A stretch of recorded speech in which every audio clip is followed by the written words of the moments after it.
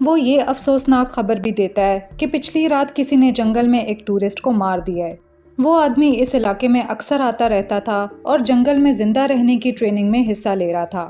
بعد میں وینڈی واضح طور پر پریشان ہو جاتی ہے جب اسے احساس ہوتا ہے کہ اس نے ایک بے گناہ آدمی کو مار دیا ہے، لیکن پال اسے پرسکون کرتا ہے اور سمجھاتا ہے کہ جو ہو گیا اسے بدلا نہیں جا سکتا اور اب انہیں صرف ٹیلر کو ڈھونڈنے پر دھیان دینا ہے۔ پھر ان کی ملاقات جسٹن سے ہوتی ہے، جو ایک شرمیلا سا نوجوان ہوتا ہے اور پارک کی صفائی کرتا ہے۔ وہ ان سے ہمدردی کے ساتھ بات کرتا ہے، لیکن وینڈی کو یہ عجیب لگتا ہے کہ وہ پوچھتا ہے کہ ٹیلر کی عمر کتنی تھی، اور ایسے بات کرتا ہے جیسے ٹیلر ہے نہیں بلکہ تھی۔ جسٹن اسے یقین دلاتا ہے کہ اس کا مطلب کچھ نہیں تھا، اور وہ جلدی سے وہاں سے چلا جاتا ہے۔ اگلے سین میں ان دونوں کو پولیس اسٹیشن بلایا جاتا ہے، جہاں ان کے فنگر پرنٹس لیے جاتے ہیں، جو کہ ایک معمول کا طریقہ کار ہوتا ہے۔ حالانکہ وینڈی کہتی ہے کہ یہ سب وقت کا ضیاع ہے۔ شیرف بیکر انہیں تسلی دیتا ہے کہ پولیس جو کچھ کر سکتی ہے وہ سب کر رہی ہے تاکہ تلاش میں مدد مل سکے۔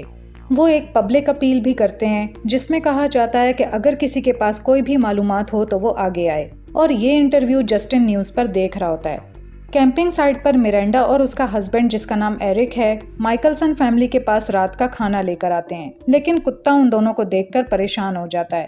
وینڈی بغیر کسی وجہ کے ناراض ہو جاتی ہے اور زور سے ٹریلر کا دروازہ بند کر دیتی ہے۔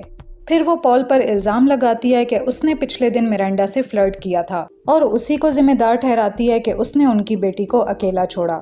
جواب میں پال اپنی بیوی کو ایک بار پھر تسلی دیتا ہے کہ وہ اپنی بیٹی کو ضرور ڈھونڈ لیں گے۔ انہیں یہ پتہ نہیں ہوتا کہ میرینڈا اپنے قریبی ٹریلر سے چھپ کر انہیں دیکھ رہی ہے۔ بعد میں اسی رات پال کو اپنی بیٹی کی آواز سنائی دیتی ہے اور وہ جاگ جاتا ہے۔ وہ حیرانی کے ساتھ دیکھتا ہے کہ وینڈی سو ہی نہیں سکی اور اس وقت پرانی فیملی ویڈیوز میں گم ہے۔ وینڈی اتنی بے چین ہو گئی ہے کہ اب اس نے شک کرنا شروع کر دیا ہے کہ ٹیلر کی گمشدگی میں ایرک کا ہاتھ ہے۔ وہ سوچتی ہے کہ شیرف سے اس بارے میں بات کرے، لیکن پال اسے ایسا کرنے سے روکتا ہے۔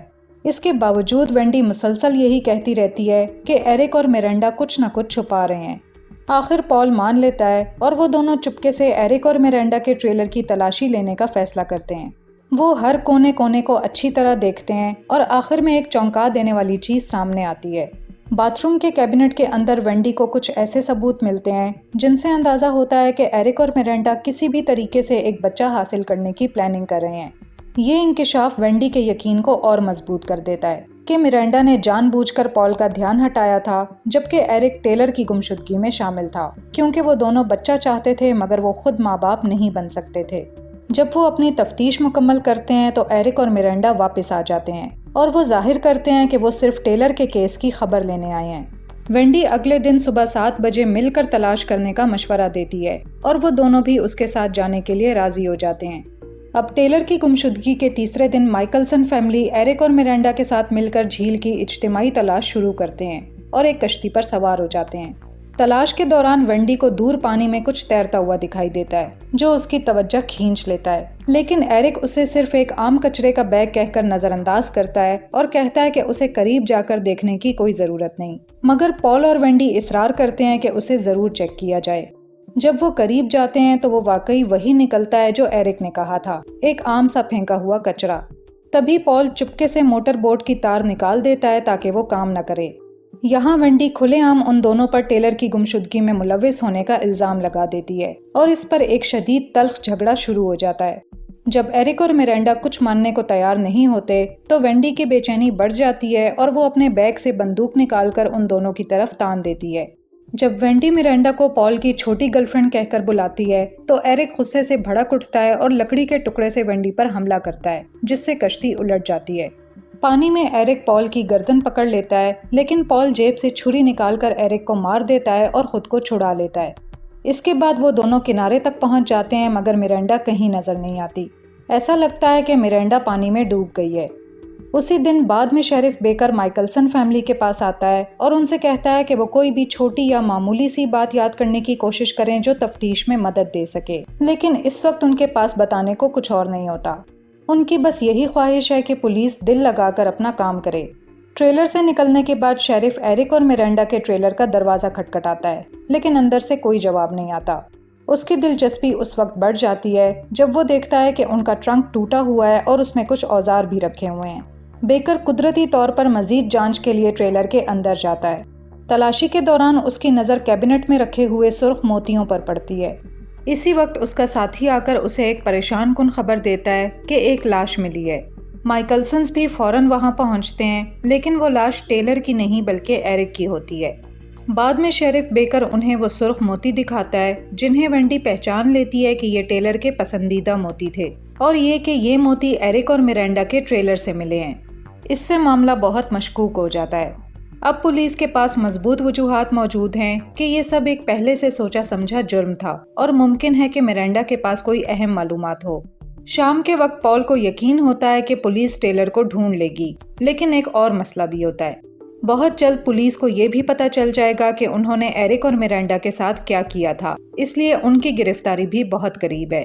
پریشان خیالات سے دھیان ہٹانے کے لیے وینڈی باہر تازہ ہوا میں نکلتی ہے اور ٹام کی دکان پر جانے کا فیصلہ کرتی ہے، لیکن وہاں کوئی نہیں ہوتا۔ اسے اسٹور کے اندر یوٹیلیٹی روم سے عجیب آوازیں سنائی دیتی ہیں اور دروازے پر نو انٹری جیسا کچھ لکھا ہوتا ہے۔ اچانک ٹام آ جاتا ہے اور اسے بتاتا ہے کہ دکان بند ہو چکی ہے۔ وینڈی بہانہ کرتے ہوئے ایک چاکلیٹ بار خریدنے اور کچھ موویز کی ڈسک کرائے پر لینے کا کہتی ہے، تو ٹام ان کے حالات سے ہمدردی دکھاتا ہے اور اسے وہ چیزیں دے دیتا ہے۔ واپس ٹریلر میں آ کر جب وہ اپنے کتے کے ساتھ کھیل رہی ہوتی ہے تو دروازے پر ناکنگ ہوتی ہے اور باہر جسٹن ہوتا ہے۔ وہ وینڈی سے معافی مانگتا ہے کہ وہ زیادہ بات چیت نہیں کر پاتا اور اس سے ہمدردی کا اظہار کرتا ہے۔ اس کے باوجود وینڈی کو اس کا رویہ کچھ عجیب لگتا ہے، اور جب وہ وہاں سے جاتا ہے تو وہ چپکے سے اس کا پیچھا کرتی ہے۔ وہ کھڑکی سے جھانکتی ہے تو دیکھتی ہے کہ وہ کسی غیر قانونی نشے میں ملوث نظر آتا ہے۔ اسی دوران پال سگریٹ پینے کے لیے باہر جاتا ہے اور لکڑی کے پل پر لیٹ جاتا ہے، لیکن اچانک اس کی توجہ پل کے نیچے پانی میں بنتے بلبلوں کی طرف جاتی ہے، اور جب وہ ٹارچ آن کرتا ہے تو پانی میں ٹیلر کو دیکھتا ہے۔ گھبراہٹ میں پال اپنی بیٹی کو جگانے کی فریاد کرتا ہے، لیکن اسے اندازہ ہوتا ہے کہ یہ سب ایک ڈراؤنا خواب تھا۔ اسی وقت وینڈی زور سے چیختی ہے اور پال یہ دیکھ کر حیران رہ جاتا ہے کہ ان کا پیارا کتا مار دیا گیا ہے۔ اب ٹیلر کی گمشدگی کا چوتھا دن ہوتا ہے۔ یہاں ہم دیکھتے ہیں کہ پال کا پولیس کی پیش رفت سے صبر جواب دینے لگا ہے، اور وہ اپنی مایوسی کا اظہار شیرف بیکر سے کرتا ہے۔ شیرف اسے یقین دلاتا ہے کہ وہ اور اس کی ٹیم دن رات محنت کر رہے ہیں، اور پال اسے بتاتا ہے کہ جسٹن نشہ کر رہا تھا۔ شیرف مشورہ دیتا ہے کہ پال اور وینڈی کسی ہوٹل میں جا کر قیام کریں، لیکن پال کہتا ہے کہ وہ یہاں سے نہیں جائیں گے جب تک انہیں اپنی بیٹی واپس نہیں ملتی۔ پال اور وینڈی کو معلوم نہیں ہوتا کہ فورینسک ماہرین کو ایرک کی انگوٹھی پر ایک بال ملا ہے، لیکن ڈی این اے ٹیسٹ کی رپورٹ ابھی تک نہیں آئی۔ اس کے بعد شیرف بیکر جسٹن سے بات کرتا ہے جو صاف طور پر گھبرایا ہوا لگتا ہے۔ وہ زور دے کر کہتا ہے کہ اس کا کتے کی موت سے کوئی تعلق نہیں اور اسے اس بارے میں کچھ نہیں پتا، لیکن شیرف جسٹن کے مسئلے زدہ ماضی کے بارے میں اچھی طرح جانتا ہے۔ اصل میں جسٹن کو اس کے ماں باپ نے چھوڑ دیا تھا اور اب وہ نشے کی لت میں مبتلا ہے۔ وہ آنکھوں میں آنسو لیے بار بار کہتا ہے کہ وہ بے قصور ہے، لیکن شیرف کو شک ہوتا ہے کہ شاید وہ کسی کو بچانے کی کوشش کر رہا ہے۔ جسٹن کے جانے کے بعد شیرف کو ایک فون آتا ہے جو اسے پریشان کر دیتا ہے۔ وہ فوراً ہاسپٹل کی طرف بھاگتا ہے اور اسے پتہ چلتا ہے کہ وینڈی نے زیادہ مقدار میں نیند کی گولیاں کھا لی ہیں۔ خوش قسمتی سے نرس اسے یقین دلاتی ہے کہ اس کی جان کو کوئی خطرہ نہیں ہے۔ اسی رات ایسا لگتا ہے جیسے جسٹن وہ نشہ چھوڑنے کا ارادہ کر رہا ہو۔ دوسری طرف وینڈی دوبارہ سو نہیں پاتی تو وہ مووی کے ڈسکس واپس دینے کے لیے ٹام کی دکان پر جاتی ہے۔ وہاں اسے کوئی نظر نہیں آتا اور وہ پوری طرح سے یہ فیصلہ کرتی ہے کہ اب اسے یوٹیلیٹی روم میں چھپی ہوئی چیز کا پتہ لگانا ہے۔ وینڈی اسٹور سے ملنے والی چابی سے بند دروازہ کھول لیتی ہے اور اندر گھس جاتی ہے۔ وہ دیکھتی ہے کہ یہ صرف یوٹیلیٹی روم نہیں بلکہ ایک مکمل سجا ہوا رہائشی کمرہ ہے، جس کا مطلب ہے کہ ٹام وہیں رہتا ہے۔ کمرے کے ایک حصے میں اسے بہت سی ویڈیو ٹیپس اور ایک ٹی وی نظر آتا ہے۔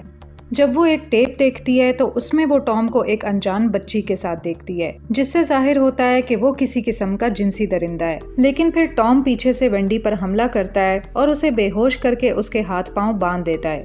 جب ٹام ساری ٹیپس ایک بیگ میں چھپا رہا ہوتا ہے تو وینڈی جاگ جاتی ہے اور پاس پڑے ایک اسکریو ڈرائیور تک پہنچنے کی کوشش کرتی ہے اور خود کو آزاد کرنے کی کوشش کرتی ہے۔ جب ٹام دوبارہ کمرے میں آتا ہے تو وینڈی اچانک اس پر حملہ کر دیتی ہے اور دونوں زبردست لڑائی کرتے ہیں۔ آخر میں وینڈی قابو پا لیتی ہے اور ٹام کو ہتھوڑے سے مار کر وہاں سے بھاگ نکلتی ہے۔ وقت ضائع کیے بغیر وہ فوراً اس بارے میں پولیس کو اطلاع دیتی ہے۔ ٹیلر کی گمشدگی کے 5ویں دن شیرف بیکر میڈیا کو بتاتا ہے کہ ٹام اپنے یوٹیلیٹی روم میں زخموں کی تاب نہ لاتے ہوئے مر گیا ہے اور وہاں سے بچوں سے متعلق غیر اخلاقی ویڈیوز کا خوفناک ذخیرہ ملا ہے۔